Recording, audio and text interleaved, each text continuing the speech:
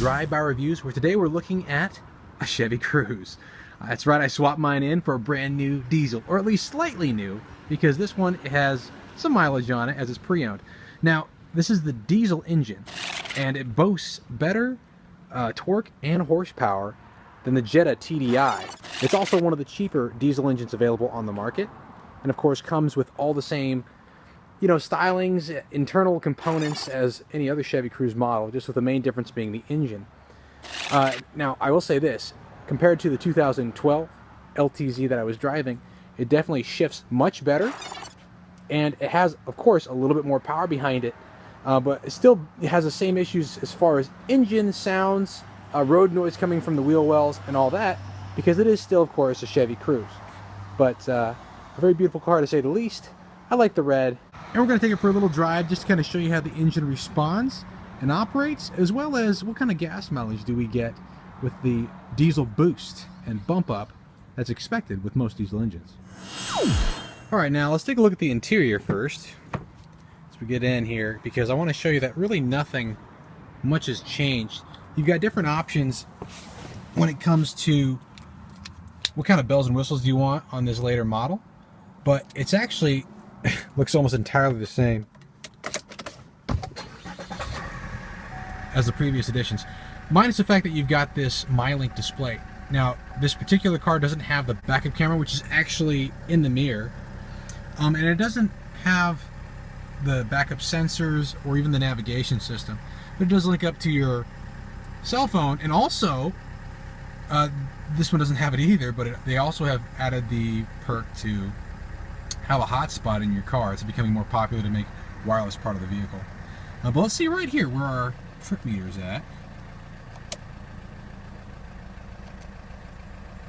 So right now, averaging over the last 500 miles, 32.4, which, considering this is almost all city driving, that's not bad at all. Not bad at all. But as you can see, you're supposed to be getting pretty good gas mileage. Alright, so here we go. And you can notice it more in person, of course, but we definitely have a much smoother ride from the engine and the way it shifts in comparison to the 1.4 liter turbo gas engine. You will notice right there that I'm going to try and illustrate this in the ride, that the engine isn't necessarily quieter, it's different, and it doesn't rev as high on some of the lower shifts, but it's still a Chevy Cruze.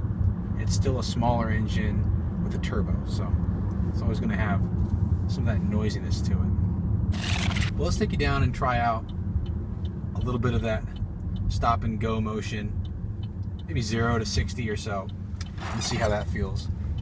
I kind of want you to know the ride is still the same. They've got in the doorway this wind buffer, kind of extra insulation in the doorway, and it takes the wind noise way down, which is great. But again, being an eco car, you're going to have a lot of road noise, which interferes with the Bluetooth and kind of makes it difficult to hear at times. And you end up having these conversations where you're yelling nice and loud, because in the 21st century you've yet to create any real technology with Bluetooth that's sensible in a car that's less than 60 grand.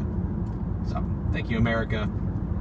Which, by the way, is perpetuated by that 25-year limit on imported cars, which is just ridiculous. Okay, we got a biker behind us. Let's speed up.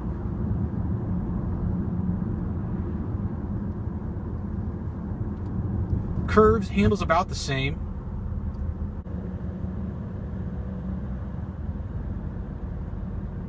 Smooth shifting from 4th to 5th. And this isn't a very good example of what a road noise might be like, because this is freshly paved. Let's see, did they stop paving up here? Kind of. Alright, so here we go. We're going to try the Shiftronic test on the diesel. I believe it'll be at least a little bit the 0 to 60 on the normal Cruze. Of course, this car is not designed for speed, but of course they're trying to amp up the let's see if I get this guy in front of me. They're trying to amp up the speed of their cars and match it to the peppy Jetta TDI. So here we go. There's 0 and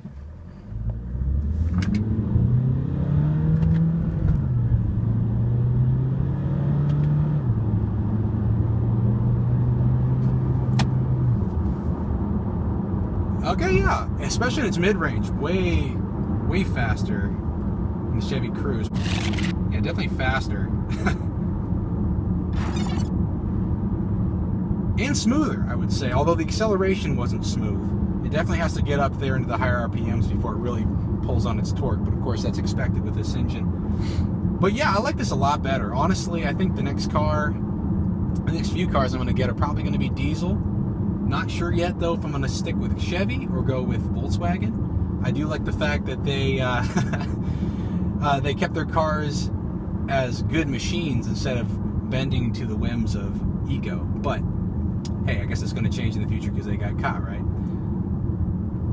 Alright, so let's swing it on home here. Brakes on this. Of course, this is a certified, inspected, previously owned vehicle, so it's been tweaked up. The brakes are very, very touchy. You can go to a sudden stop pretty quickly. And beyond that, I'd say the handling's pretty dang decent for a car that you're going to use for a commuter. Just don't be racing in this guy, just like the previous model. It's definitely not a race car. I would, you know, just like the commercials they had for the Super Bowl, I don't think you're going to be using it to escape from a massive party where you hit on a Colombian drug lord's girlfriend or wife or whatever happened in that video. They don't even see that. You don't ever even see that video. It's one of the, look it up. It's a Chevy Cruze commercial. All right, guys, and there you have it. The Chevy Cruze diesel TD 2014 model. Definitely a nice car. I would say I wouldn't pay top dollar for it, but definitely a nice diesel option if you're in the market for diesel, looking for that extra gas mileage and power. And I would say when they say it runs clean, it is cleaner than past models, so it kind of debunks that theory that all diesel engines are filthy dirty. It does run very nicely, and that's why they call it clean diesel. Click, comment, subscribe, let me know what you think.